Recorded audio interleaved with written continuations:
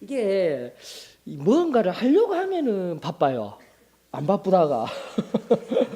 그래서 조금 늦었습니다. 용서해 주시고요. 자, 우리 기도를 통해서도 그렇고 좀 이 그 목요일에 우리 시간들 이제는 바뀌어졌거든요. 목요일을 양육 과정 하면서 이미 다 했어요. 특별한 과정들. 기초 과정 중에 있었던 4가지도 다 했어요. 첫 번째, 구원이 무엇인가, 그리고 교회가 무엇인가는 아주 기본적인 기독교인이 가져야 할 기본적인 것들 나누었고, 두 번째 예배가 무엇인지를 나누었고, 또 말씀 큐티를 어떻게 해야 하는지를 나누었고, 또 특별히 성결한 삶을 살아가면서 대화를 어떻게 해야 하는지 나누었습니다. 그것을 우리 기본적으로 소망교회 성도라면 반드시 해야 합니다. 자, 그렇게 기본적인 양육을 마치고 나게 되면 이제 이런 과정들, 전체적인 것들, 교리적인 과정, 체계적으로 5년 동안 해 나가실 수 있도록 이제 우리 주일날 늘 했던 것들 바라볼 수 있고요. 또 지금도 성경 전체적인 시각을 가질 수 있도록 또 통시적인 시각 40일 과정도 다 했어요. 자, 이 정도만 하면 기본적인 거예요. 그러나 그것으로 끝내는 것이 아니라 우리의 가장 제가 기본 얘기하는데 기초가 되는 우리 신앙의 기초가 되는 것은 뭐죠? 은혜를 경험하는 겁니다. 그것이 시작이라고 저는 믿습니다. 시작이자 기초는 구원을 사모하시고 구원의 은혜를 체험을 사모하시고 또다시 성결의 은혜를 체험을 사모하시고 지금도 우리 성령께서 늘 기름 부으심의 역사로 임하여 주실 줄로 믿습니다. 그 처음과도 같은 기초가 우리 가운데 든든히 서게 되었을 때에 기본적인 하나님의 말씀의 체계적인 말씀의 교육들이 우리들에게 또 놀라운 은혜로서 능력으로서 나타나게 될 것입니다. 그런 관점을 가지시고 지금까지 해오신 것들 그리고 새롭게 신앙생활을 시작하는 우리 사랑하는 연약한 성도들이 있다라면 자꾸 권면하시는 은혜가 있으셨으면 좋겠어요. 그래서 이제는 지금부터 시작하는 것들은 기독교인으로서 가져야 할 소양 그리고 우리 마음의 문제들을 다루는 시간들로 이 목요 이제 이름이 바뀌었습니다. 목요 양육이 아니고 뭐라고요? 목요 기독 교양 강좌. 뭔가 거창한 것 같지만 전혀 거창하지 않습니다. 오히려 더 단순한 시간들이 될 것입니다. 그러면서 감사라는 주제를 가지고 특별히 기독교인으로서 감사하는 삶이 되어져야 되는데 왜 안 되는지 다시금 내가 감사하는 인생이 되어지기를 원합니다. 라는 것 12가지의 주제를 가지고 앞으로 진행하게 될 것입니다. 그러면서 여러분들 기대하는 마음으로 이 시간들 한 시간 나아가는 은혜가 있기를 원합니다. 자, 제1강 제일 처음에 바라보시면 1강 제목 커다란 제목 있죠. 타이틀 있죠. 옆에 제1강이 하얀색으로 가리워져 있어요. 맞죠? 보이십니까? 눈 밝은 사람은 보이셔요. 제1강 보이셨죠? 12강의 강의라고 하였습니다. 그러므로 기억하시면서 다 같이 큰 소리로 제1강의 제목 한번 다 같이 읽어볼까요? 시작! 선천적인 조건으로 감사하지 못하던 나 이제는 바꾸어 보자라고 하는데 바로 이 1강의에 따른 오늘 첫 번째 날이니까 1강의에 따라서 각 강의마다 4단계의 감사 작전 프로젝트가 있어요. 첫 번째 1단계는 거울에 비친 원망의 조건이 무엇인지 즉 감사하지 못하는 것들이 무엇인지를 살필 거예요. 1단계에서는. 그렇다면 그 감사하지 못한 것을 원인을 찾았다면 해결할 수 있는 방법이 뭐죠? 2단계 말씀에 비친 감사의 조건에서 말씀을 우리가 찾아보게 될 것입니다. 그리고 말씀을 우리가 살펴보고 난 뒤에 3단계 그래서 앞서 가지고 있던 1단계에 가지고 있었던 감사를 막는 장애물을 걷어내는 순서를 가지게 될 것입니다. 그리고 4단계는 우리가 배웠으면 이제는 여러분들이 신앙을 함에 있어서는 여기에 계신 분들은 이제는 아실 거예요. 내가 배웠다, 말씀을 들었다, 묵상을 했다, 기도를 했다. 어떤 의미에서든 무언가를 하나님의 은혜와 하나님의 진리의 말씀들을 내가 깨달았다라면 무엇을 해야 되면 실천의 단계로 나가야 돼요. 적용 또는 실천. 그것이 신앙이 유기적으로 되어지는 겁니다. 그러므로 4단계는 뭐냐면은 내가 실천적으로 감사 작전을 어떻게 할 수 있는지를 살피는 시간들. 바로 매 강의마다 그렇게 진행할 것입니다. 즐겁겠죠? 기대가 되시죠? 그러면서 이러한 강의 패턴으로 나아가게 될 것입니다. 기억하시면서 생각 많이 하고 또 어렵게 만드시려나? 전혀 아닙니다. 이미 지금 보시는 바와 같이 제가 다 교환 다 내어드렸기 때문에 그저 술술술술 읽으면서 함께 나가는 시간들 가지시면 됩니다. 그러면서 우리 간단한 질문들 가지는 거예요. 자, 보십시다. 1단계 말씀드린 바와 같이 자, 거울에 비친 내 안의 원망의 조건이 무엇인가를 한번 살펴보십시다. 원망하는 것, 선천적인 조건이 있었다라고 했죠. 무엇이 있었는지 우리 사례들을 한번 살펴보면서 갔으면 좋겠습니다. 그러면서 내 안에 선천적인 원망의 조건이 무엇인지를 나누어 보았으면 좋겠어요. 먼저 사례 1번 이진영 자매님. 저는 오늘도 억울해서 눈물이 납니다. 회사에서 동료와 같이 어떤 실수를 했는데 예쁜 그 동료는 거의 혼나지 않고 저만 실컷 혼이 났습니다. 사실 외모 때문에 취업할 때도 꽤나 힘들었는데 지금도 실력이 아닌 외모 때문에 차별을 당하니 왜 이렇게 태어나게 하셨는지 너무 원망스럽습니다. 외모 때문에 고민하는 한 여회사원의 고민. 그러면서 상대방 저 이쁜 머시기는 말이야. 이런 경우들이 있어요. 맞죠? 자, 일단은 체크하고 사례 2번 고영희 자매님이 한번 읽어봐 주실까요? 저는 정말로 열심히 살아왔습니다. 학비도 용돈도 다 제가 벌면서 살아온 결과 어렵게 집도 마련하고 결혼도 했습니다. 그런데 태어날 때부터 소위 말하는 금수저를 물고 태어난 내 친구는 아무런 고생도 없이 훨씬 앞서서 승승장구하기만 합니다. 그럴 때면 너무 속이 상합니다. 가난하게 자라서 자수성가하신 분인 것 같은데 어느 정도 성공을 이루신 분이셔요. 맞죠? 이게 감사할 제목이 분명히 있는데 감사가 안 되고 또 뭐가 되는 거예요? 나보다 더 위에 있는 천외천에 있는 금수저 분들, 태어날 때부터 무언가 많은 기득권을 가진 사람들에 대한 보이지 아니하는 벽에 절망하고 있는, 감사하지 못하고 있는 사례였습니다. 체크하십시다. 사례 3번 조경미 자매님이 한번 읽어볼까요? 사업을 시작한 지 10여 년이 지났습니다. 그런데 아직도 사업 수완이 없어서 그런지 일을 그르치곤 합니다. 옆 가게 김 사장은 말도 잘하고 사업 운영 감각이 너무나 뛰어난데 나는 왜 그러한 장점을 타고나지 못했는지 너무 화가 납니다. 화가 난답니다. 그러니까 사업이 잘 되어지지 못하고 오늘 많이 어렵다고들 이야기를 합니다. 그 사업이 잘 되지 아니하는 경영자, 사업자, 우리 어찌보면은 자기 자영업자 분들의 고민이지 아니할까 싶습니다. 자, 사례 4번째 우리 김기영 자매님이. 예. 저는 올해로 벌써 땡땡 고시를 5번째 보고 있습니다. 분명히 열심히 했다고 생각하는데 시험만 보면 다 망칩니다. 전 왜 이렇게 멍청하게 태어난 것일까요? 덜 노력하고도 비상한 머리 때문에 성공하는 사람들이 너무 부럽습니다. 아니 얄미울 정도입니다. 예, 요즘 참 제가 사회를 바라보면서 안타깝게 여기는 것 가운데 하나입니다.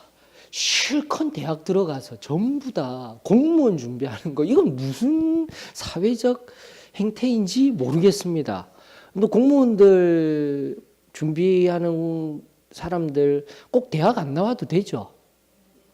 예, 아예 공무원 하려고 하면은 고등학교 졸업하고부터 준비하지 왜 대학교까지 나오고 전부 다 노량진에서 저렇게 고생들을 하고 있는지. 그러면서 잘 안 되는 것들 자기 머리 탓하고 그런데 생각컨대 이런 사례 4가지 정도 뽑아보았지만은 생각컨대 이분들의 감사하지 못하는 조건, 원망하는 조건, 선천적인 원망의 조건으로 끝나는 것이 아니라 오늘날 우리들의 어쩌면 원망의 조건일 수도 있어요. 원망의 조건일 수도 있어요. 여타 다른 이유로 하나님 앞에 감사하지 못하는 선천적인 이유들이 있다면 여러분들은 어떠셔요? 한번 나누어 봐 주시겠습니까? 여러분들의 사례는 어떠한 것들이 있습니까? 선천적인 조건. 일단 저부터 나누어 드릴게요. 지금은 괜찮아요. 근데 제가 늘 침잠하였던 제 안의 고통은 뭐였냐면은 말씀드린 바와 같이 저는 어떤 우리 성도분은 저를 바라보시면서 정말 그 화분 속에 이 뭡니까? 예, 온실 속에 화분같이 그렇게 자란 분이었다고 생각했다랍니다. 근데 전혀 아니었죠. 왜 그렇게 생각을 하셨는지 모르겠습니다. 그래서 제 나름대로의 해석은 예수님을 보셨구나. 나를 통하여서 보셨구나. 저는 그렇게 보고 있어요. 하지만 제 삶은 그렇지가 않아서 어렸을 때부터 아버지를 통하여서 늘 이렇게 늘 싸움하러 다니고 개구장이라는 말의 의미 속에서는요. 그런 거칠게 자라는 의미들 그리고 늘 맞으면서도 제가 왜 맞아야 되지 내가 이런 삶들 오늘날 그 가정이 파괴되어지는 삶의 아주 전형적인 아버지로 인하여서 고통받으면서 제가 20대 초반까지 25세부터 하나님이 나를 붙들어 주셨어요. 2000년 25세 그때였으니까. 그때로부터 하나님 앞에서 온전히 섬기며 살아가고 있지만 20대 초반에는 얼마나 이리저리 흔들리는 삶이었는지 몰라요. 선천적 조건이 뭐냐면 왜 이런 아버지를 주어서 왜 이런 가정 환경을 주어서 하나님이 어디 계시냐고 내가 막 따지고도 했었어요. 기도하면서. 그러면서 나는 결혼도 못해. 누가 나 같은 사람한테 시집 올까? 응? 정말이에요. 제 마음속에. 누가 나 같은 사람을 사랑할 수 있을까? 이런 환경 속에 누가 올려가?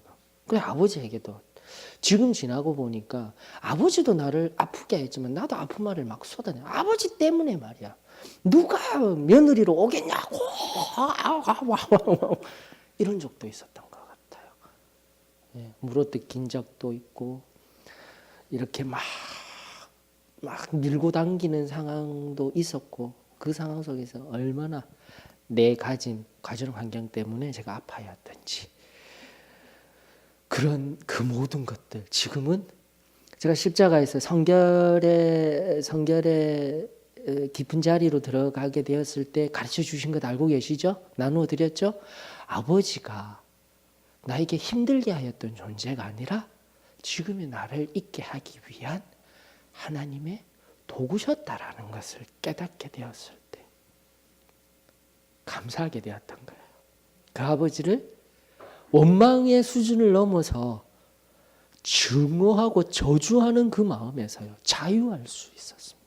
사랑할 수 있었습니다. 그 선천적인 조건을 극복하여 오늘의 제가 지금 있으며 나를 너무나도 사랑하는 아내가 있음에 이 시간 감사를 드립니다. 여러분들은 어떠셔요? 선천적인 조건으로 내가 정말 힘들어 했거나 지금도 하고 있는 것이 있다면 한번 나누어 봐 주셔요.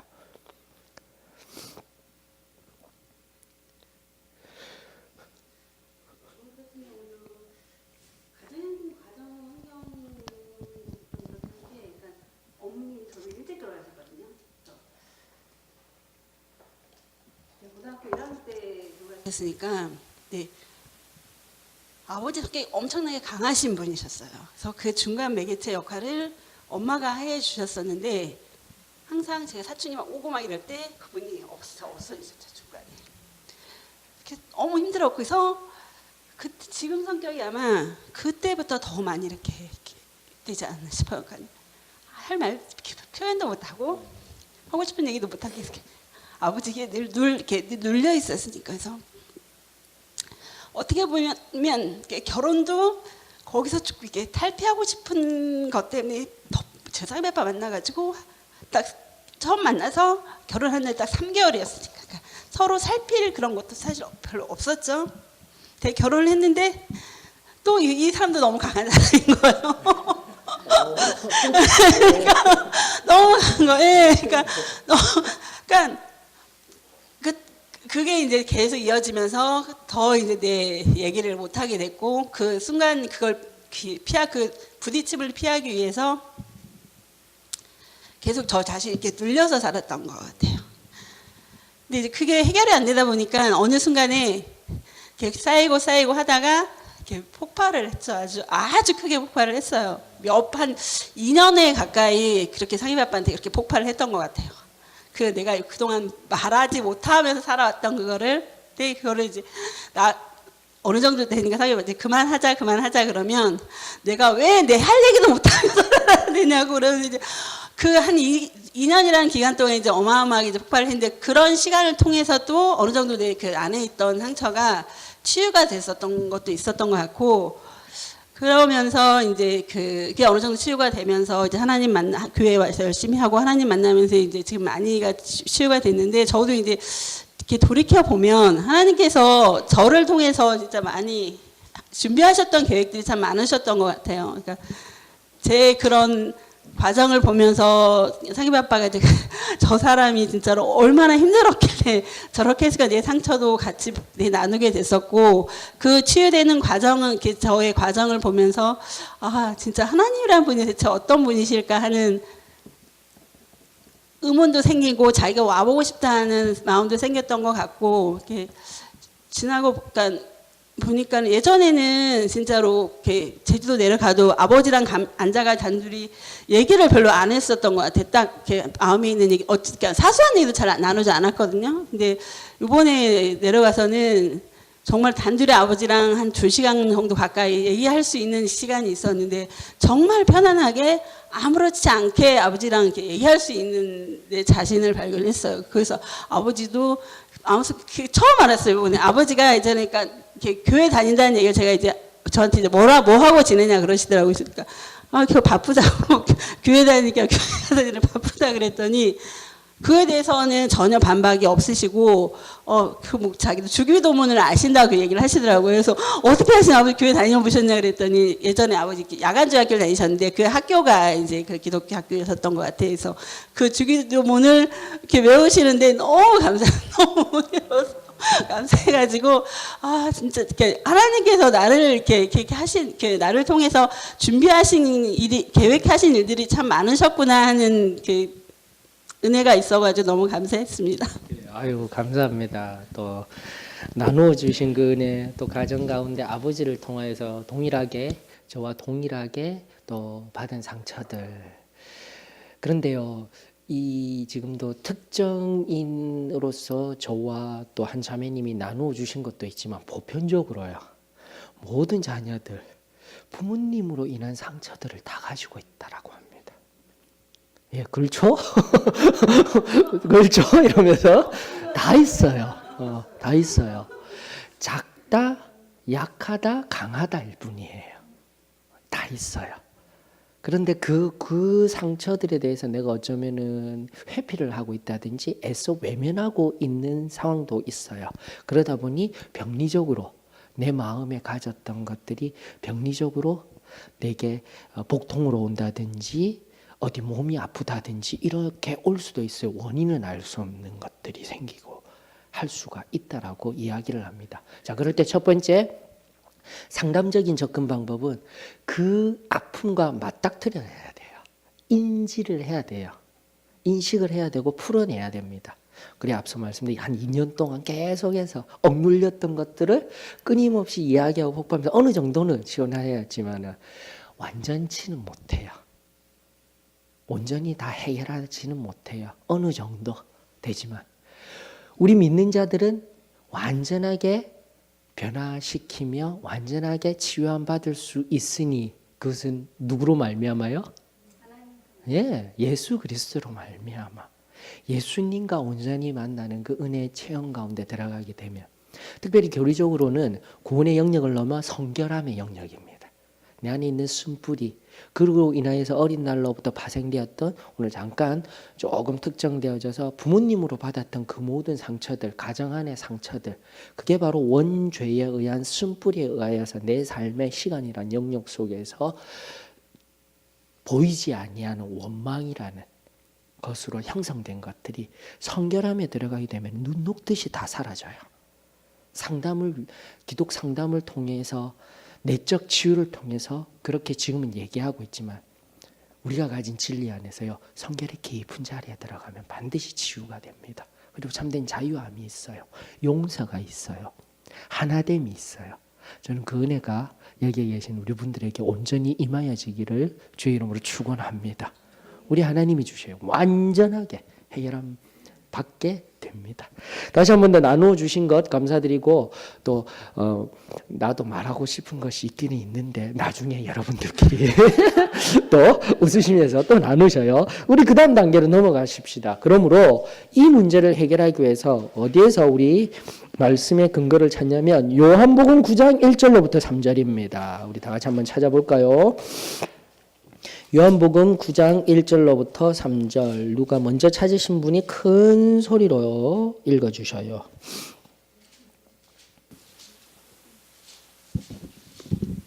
예수께서 길을 가실 때에 날때부터 맹인된 사람을 보신지라.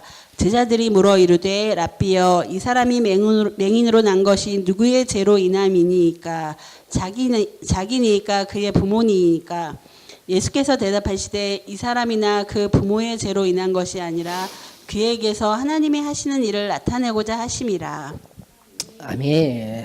그렇습니다. 선천적으로 맹인되었던 자, 누구의 죄입니까? 그 자신의 죄입니까?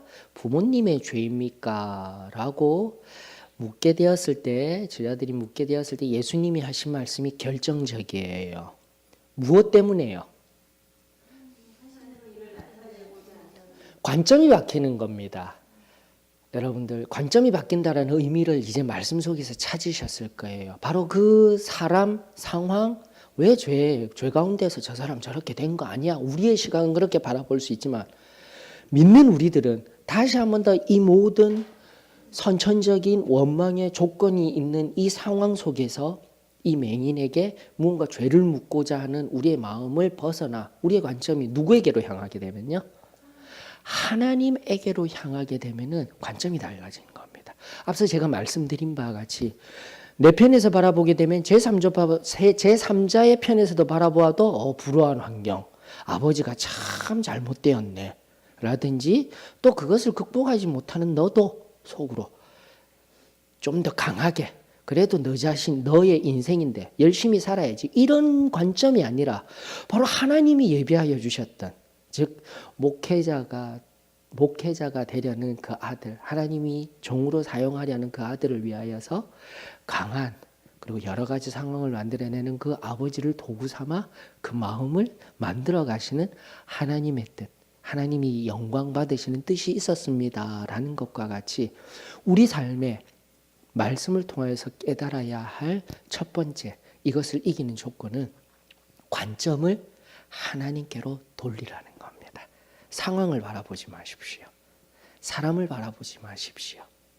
하나님을 바라보게 되면 뭔가 우리 안에서 일하시는 하나님의 크고 놀라운 뜻을 발견하게 될 것입니다. 이 교재는 친절하게도 다 알려주고 있어요. 한번 읽어볼까요?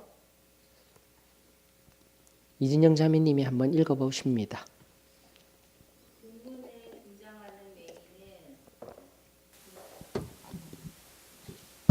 본문에 등장하는 맹인은 날 때부터 앞을 보지 못했습니다. 이 경우 그 누구보다도 불리한 조건을 가진 채 태어났다고 여겨질 수밖에 없습니다. 실제로 지나가는 제자들도 그 사람의 선천적인 문제가 누구의 죄로 인한 것인지 물을 정도였습니다. 그러나 과연 그의 선천적인 상황이 그에게 가혹하기만 한 일이었을까요? 또한 하나님은 애초에 그가 감사의 인생을 살지 못하도록 하신 것일까요? 물론 앞이 안 보이는 동안 그는 말할 수 없을 정도로 힘들었을 것입니다. 그러나 그의 선천적인 것이 그에게는 감사를 막을 만한 조건이 아니었습니다. 오히려 그의 상황은 하나님께 영광이 될 만한 일이었고 남은 인생 감사의 삶을 살게 하는 계기가 되었습니다. 이 사실을 이미 알고 계신 예수님은 제자들에게 이 사람이나 그 부모의 죄로 인한 것이 아니라 그에게서 하나님이 하시는 일을 나타내고자 하심이라고 말씀하시며 그의 눈을 뜨게 하셨고 결국 그는 사람들 앞에서 하나님께 영광을 돌렸습니다. 특히 눈뜬 자를 고친다는 것은 당시 메시아만이 할 수 있는 일로 여겨지던 상황이었고 실제로 이제까지 눈먼 자를 고치는 일이 나타난 적이 없었습니다. 창세 이후로 맹인으로 난 자의 눈을 뜨게 하였다 함을 듣지 못하였으니 그만큼 예수님이 눈뜬 자를 고친 일은 매우 중요한 표적이라고 할 수 있는데 바로 맹인이 이 중요한 사건의 주인공이 되었던 것입니다. 아멘. 결론적으로 무슨 의미냐면 죄송합니다. 오타입니다. 창세기가 아니라 요한복음 9장 32절에 있습니다. 이 말씀. 예, 죄송합니다.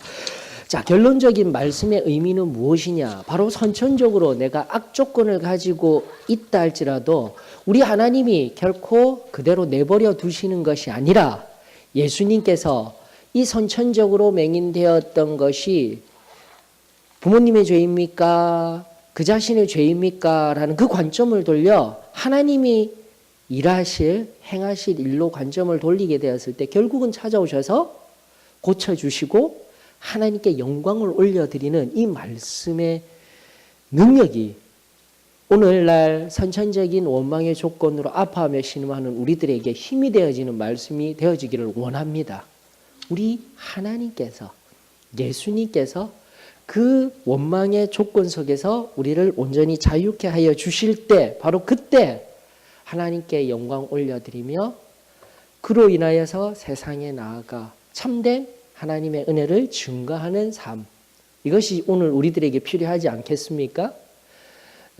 이미 오래되신 분들은 다 모두 그러한 은혜들을 경험하였거든요. 힘들고 어려울 때 모든 선천적인 원망의 조건 속에서 예수 그리스도를 만나 변화된, 그리고 상황의 변화, 그리고 오늘날 너무나도 행복한 삶을 살아가고 있는데 그 감사를 다 잊어먹고 사는 것 같아요. 여러분들, 나만 선천적으로 조건이 좋지 않은 곳에 원망하는 삶이 아닙니다. 나만이 아니에요. 우리 모두가 동일합니다. 다만 그 전날에 예수 그리스도를 만나고 예수 그리스도께서 우리에게 행하여 주셨던 그 놀라운 일을 지금 감사하지 못하고 기억하지 못하는 것뿐입니다. 어떠셔요?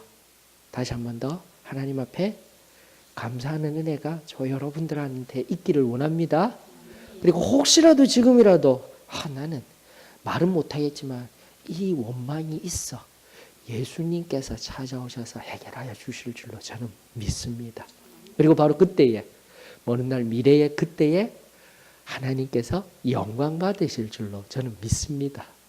눈물 흘리지 마시고 우리 주님 앞에 아뢰며 하나님이 해결하실 수 있도록 내어드리는 은혜가 저 여러분들 가운데 있었으면 좋겠습니다. 자, 보십시다. 자, 말씀을 통해 나는 이제 감사의 조건을 새롭게 찾을 수 있습니다. 혹은 알면서도 쉽게 놓치고 있었던 조건들 역시 다시금 깨달을 수 있습니다. 다음에 감사 조건들을 통해 감사의 고백을 새롭게 드리는 기회를 만드시기 바랍니다. 또한 이 밖에도 내가 깨달은 감사의 조건이 있다면 기록하고 함께 나누어 보시기 바랍니다. 자, 첫 번째, 두 번째는 답을 드릴 것입니다. 세 번째는 여러분들이 한번 찾아보십시다. 자, 첫 번째, 하나님은 나를 통해 영광을 받으신다. 어떠셔요? 오늘 크리스찬이 된 그 전날에 내 안에 선천적인 원망의 조건들을 극복함으로 말미암아 하나님께서 영광을 받으신 사례들 있으시죠? 맞습니까? 아멘. 바로 지금 앞선 우리 한 자매님 한 것 같이 아버지 앞에 어떻게 살아가냐 했을 때 그냥 교회 다니면서 바쁘게 살아가요. 그것이 바로 교회 안에서 하나님을 위해서 시간을 내어드리고 그 사는 삶의 아름다운 모습들, 얘기조차도 나누기 힘들었던 그 상황 속에서 하나님 앞에 영광 올려드린 거예요, 여러분.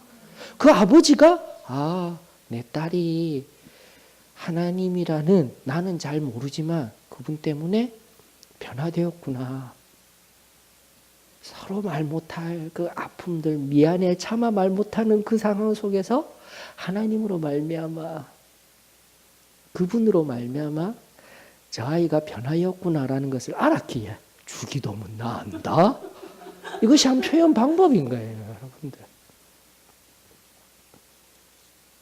저희 아버지도 마찬가지입니다. 그 차마 말할 수 없는 과거의 모습 속에서 지금은 순한 양같이 변화했다라는 거. 이게 바로 하나님이 영광 받으시는 능력인 거예요. 네.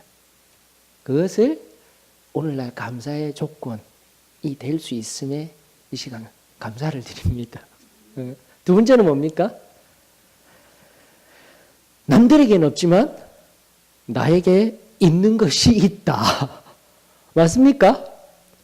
그래서 이제 관점을 바꾸라는 거예요. 그 말의 의미는, 두 번째 의미는 뭐냐면 그 선천적인 원망의 조건만 가지고 있으면 자꾸 좋지 않은 상황 가운데 나가요. 그리고 내가 가지지 못한 것, 내가 가진 단점들만 바라보게 되어질 텐데 눈을 들어 하나님을 바라보게 되어지게 되면 여러분들, 저는 믿습니다. 여러분들 한 사람 한 사람이 얼마나 놀라운 달란트와 놀라운 능력을 가지신 분들인지 저는 믿습니다. 그리고 오늘 답 가운데 있는 송명희 시인 아시죠? 송명희 시인이 누구시죠? 송명희 시인. 시각장애인 또요. 여러분들이 아는 송명희 시인. 시각장애인이 아니라 지체장애인. 예. 몸이 완전히 꼬여 있는 뇌성마비 1등급이시죠. 제대로 말도 못하고 말은 표현하고 싶은데 혀도 제 마음대로 할 수 없는 그분이 어떠한 찬양의 가사를 만드셨나요? 나예요. 바로 나라는 찬양. 한번 볼까요? 어떤 가사의 내용이 있는지 혹시 모르시는 분을 위해서 어디에 있냐면 402장에 있습니다. 402장. 우리 소망의 찬송가 402장. 일단은 노래 부르는 것보다 가사를 한번 보십시다. 그분이 지으신 건데 바로 지금 앞서 말씀드린 남들에게는 없지만 나에게는 있는, 나만이 가지고 있는 것이 있다. 그러므로 감사할 수 있다. 선천적인 원망의 조건을 극복할 수 있는 비결. 나 가진 재물 없으나, 나 남이 가진 지식 없으나, 나 남에게 있는 건강이 있지 않으나 나 남이 없는 것 있으니, 나 남이 못 본 것을 보았고 나 남이 듣지 못한 음성을 들었고 나 남이 받지 못한 사랑을 받았고 나 남이 모르는 것을 깨달았네. 공평하신 하나님이 나 남이 없는, 가진 건 나 없지만 공평하신 하나님이 나 남이 없는 것 갖게 하셨네. 무엇일까요? 여기서 자신이 가지고 있는 것, 다른 것 아닙니다. 하나님의 자녀인 것, 그리고 하나님과의 친밀한 관계예요. 여러분들 어떠셔요? 다른 거 다 포기하고라도 진짜 많은 분들이 왜 신앙에 실패를 하게 되면 하나님이 보이지 아니하기 때문이라고 얘기하잖아요. 그런데 이 송명희 시인과 같이 내 몸이 불편하고 힘들지만 하나님이 내밀하게 나에게 그 음성을 들려주시고 늘 보여주시고 함께 할 수 있다라면 무엇을 못하겠습니까? 그러면서 수많은 찬양의 가사 그리고 시로서 승화하며 우리들에게 참된 도전을 주고 있는 귀한 분. 또 한 분 또 소개시켜 드릴까요? 여러분들 또 누가 있죠? 닉 부이치치라는 분 아십니까? 닉 부이치치. 닉 부이치치. 팔다리가 없으셔요. 맞죠? 몸통만 가지고 스케이트보드 타고 다니시는 분. 그리고 또 스케이트보드만 타시는 분이 아니라 뭐도 하셔요, 그분? 서핑도 하시더라고요. 이야, 참 대단하신 분이시죠. 그러면서 자기 온몸을 통하여서 넘어지고 나면 내가 일어서는 거 너무 힘들다고. 그래서 거기서 울고 있을 겁니까? 팔다리가 없어서 이 자리에 이렇게 있어야 합니까? 선천적으로 나에게 이런 주신 이 기형아의 모습, 기형아도 아니죠. 이거는 어떻게 살아갈까, 맞죠? 팔, 다리가 없어요. 그런데도 그 조그만 발이라고 여겨지는 그 조그만 거, 책 꼭 보셔요. 닉 부이치 지쳐서요. 그럼 도전이 많이 되십니다. 그런데도 몇 번을 넘어져도 혼자서 막 일어서는 연습을 해서 또 일어서고 또 일어서고, 그러면서 지금까지 여기까지 왔다는 그 간증들. 여러분들 다시 한 번 더, 내가 나 자신을 달려보면 난 왜 이렇지? 선천적으로 가진 원망이 있지만은 또 선천적으로 가진, 남들이 가지지 못한 것 나에게 있습니다. 그것을 찾으셔요. 그것을 찾아서 감사할 조건으로 만드시면 오늘 나는 다시금 하나님 앞에 더 행복한 인생이 되어질 줄로 믿습니다. 여러분들은 어떠세요? 또 내가 혹시라도 선천적인 이 원망의 조건들이 있게 될 때 나는 어떠한 말씀을 통해서 깨달은 나의 또 다른 감사의 조건은 뭐가 있을까요? 무엇이 있을까요?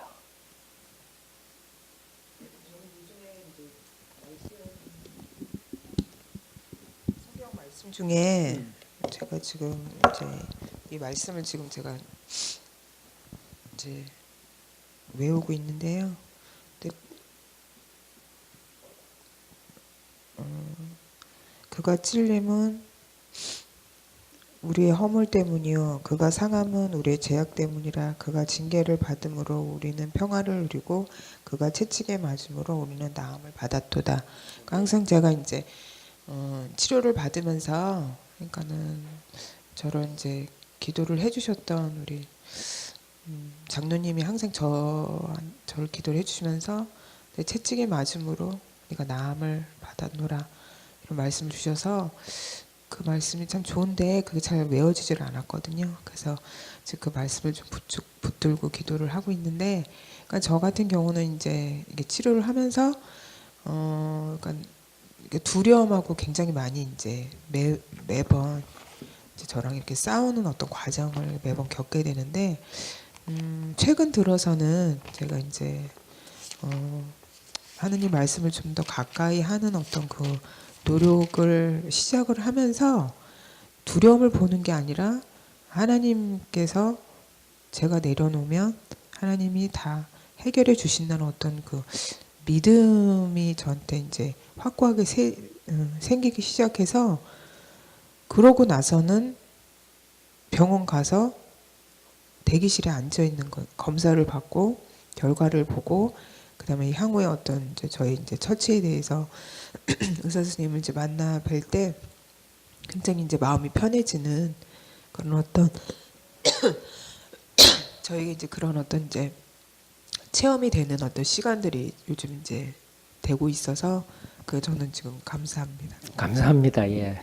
결국 말씀을 통한 감사의 조건, 힘들지만 지금도 우리 또 자매의 고백과 같이 힘든 아픈 병으로 인하여서 힘든 시기에 말씀이 또 나에게 감사의 조건이 되었다라는 것을 나누어 주셔서 감사합니다. 참고로 이사야서 53장 4절로부터 6절까지의 말씀 속에 좋아요. 특별히 5절의 말씀인데 6절까지 살펴보시면 4절로부터 쭉 살펴보시게 되면 은혜가 있습니다. 그래서 오신 분들 외우세요. 외워서 능력이 돼. 이사야 53장 4절로부터 6절을 쭉, 방금 우리 자매님 말씀하신 것은 5절의 말씀 6절까지 쭉 계속해서 살피시고 묵상하시면 내가 힘겨워하지 말아야 되겠구나라는 능력의 말씀이 되어지게 됩니다. 예, 감사를 드립니다. 자, 우리 세 번째 단계로 갈까요? 감사를 받는 이젠 장애물 걷어내기. 앞선 사례들을 통하여서 우리가 바로 그렇게 선천적인 원망을 하며 이야기하는 그들에게 우리는 어떻게 감사로서 승화시킬 수 있는지 능력을 발휘해야 되겠죠. 자, 우리 동일하게 맡았던 분들이 동일하게 적고 사례 1번부터 외모로 인해 참여를 받는 여직원에게 어떻게 말해야 할지 연습해 보십시다. 상황극을 만들어 보는 거예요. 자, 해보셔요. 아마 외모적인 부분이 부족함에도 불구하고 이렇게 일을 하고 있다는 것은 다른 사람에게는 없는 능력이 있기 때문일 것입니다. 하나님이 주신 그 능력이 있다면 오히려 장기적으로 더 유리한 직장 생활을 할 수 있을 것입니다. 다른 사람에게는 없는 당신만의 능력을 생각해 보시고 감사하면 좋을 것 같아요. 아멘. 남들에게 없는 당신에게 있는 것이 있습니다라는 거예요. 맞죠? 두 번째 사례입니다. 가난하게 자라 자수성가하여 고생하는 가장에게 또 들려줄 말. 부유하게 태어난 사람은 아무리 능력이 있어도 저 사람은 부모 덕에 저렇게 사는 거야 라는 꼬리표를 늘 달고 다니게 될 것입니다. 반대로 당신은 비록 힘들게 살아왔지만 그만큼 사람들에게 존경을 받을 수 있고 도전을 주는 대상이 될 수 있습니다. 무엇보다 어려운 환경을 이겨내온 당신은 앞으로도 하나님의 은혜 안에서 승승장구할 수 있을 것입니다. 아멘. 다시 한 번 더. 그 어려운 환경 속에서도 사업을 일구어내신 것 강점이십니다라고 위로할 수 있으며 덕을 세울 수 있을 줄 믿습니다. 사례 세 번째, 사업이 계속 잘 안 되고 고민하는 경영자에게. 사업을 잘 운영하는 것만이 능력일까요? 어쩌면 지금의 경험을 통해 오히려 당신은 더 많은 교훈을 얻어 소중한 사업적 자산을 얻을 수 있습니다. 혹은 만약 그 사업이 당신을 향한 뜻이 아니라면 지금의 과정을 통해 당신에게 보다 적합한 일을 새로 찾을 수 있게 될 것입니다. 즉 지금의 어려움은 대기만성의 기초가 되어줄 것입니다. 아멘. 마지막, 머리가 안 좋다고 자기 자신을 너무나 타박하고 있는 고시생을 향하여서요. 머리가 좋은 사람은 당장 공부하는 데 있어서도 유리해 보일지 모릅니다. 그러나 머리가 좋으면 쉽게 하는 만큼 자신만의 노하우를 만들거나 시간 관리 등에 있어 약점을 가질 수밖에 없습니다. 머리가 좋으니 그런 고민을 할 필요가 없었으니까요.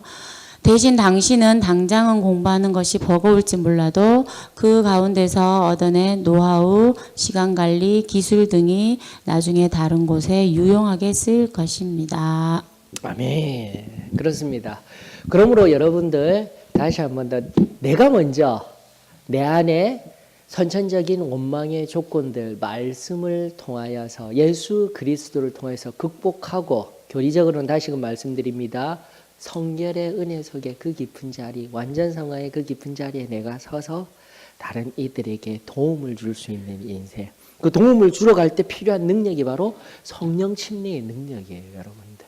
우리가 구원, 성결, 성령 침례 이 교리적인 이야기들을 하는 것 다 신앙 속에서 나도 죄 가운데 승리하고 이기게 하는 능력이지만 세상을 향해 다른 사람을 도우며 또 함께 승리케 하는 능력의 도구가 되어질 줄로 믿습니다.